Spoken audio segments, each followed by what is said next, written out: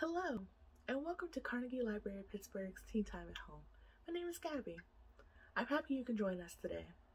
For today's activity, we'll be painting with watercolors.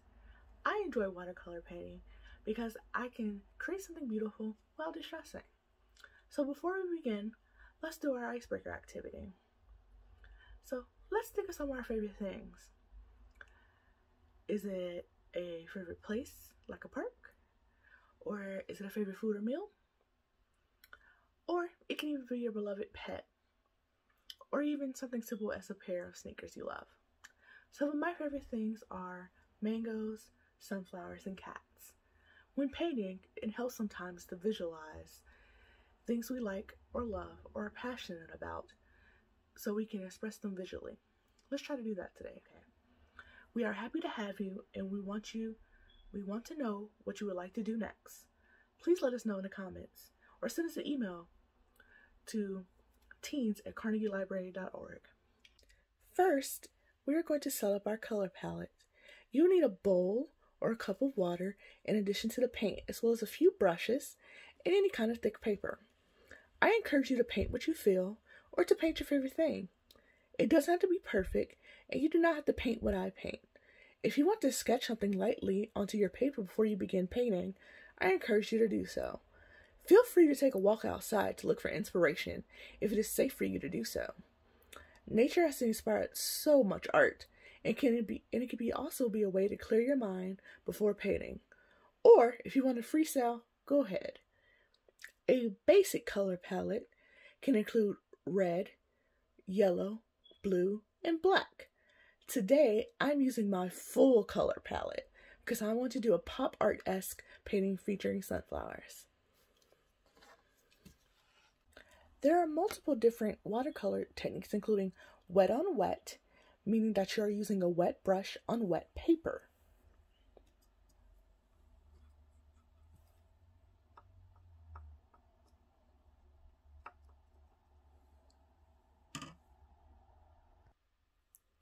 Wet on dry, which is using wet paint with the dry paper.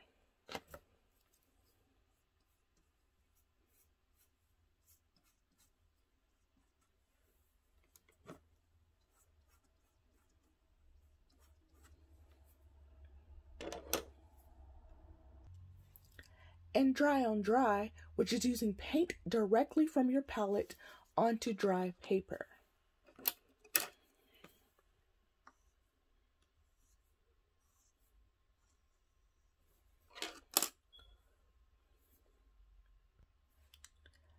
These techniques offer different levels of color mixing, flow, and precision to your paintings, but no technique is better than the other, and sometimes you'll use all three in a painting.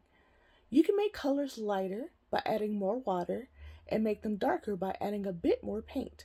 Experiment with your colors by adding water or paint. Practice with light and dark shades. This can add depth to your paintings. If you don't have any paintbrushes, don't want to use a paintbrush, try out other tools such as sponges, cotton balls or swabs, straws, or even your own fingers. These tools can add textures and create a unique vibe to your painting. Now that we have talked about some painting basics, let's take a deep breath and start painting.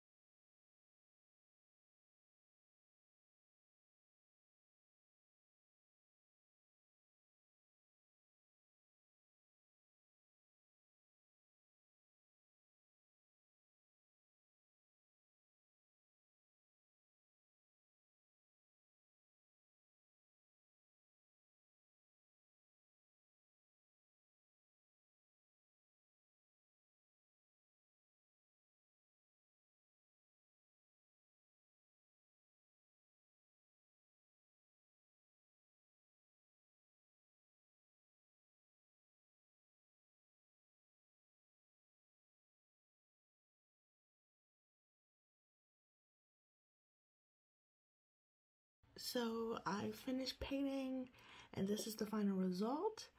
I am feeling a little bit more relaxed than I was before.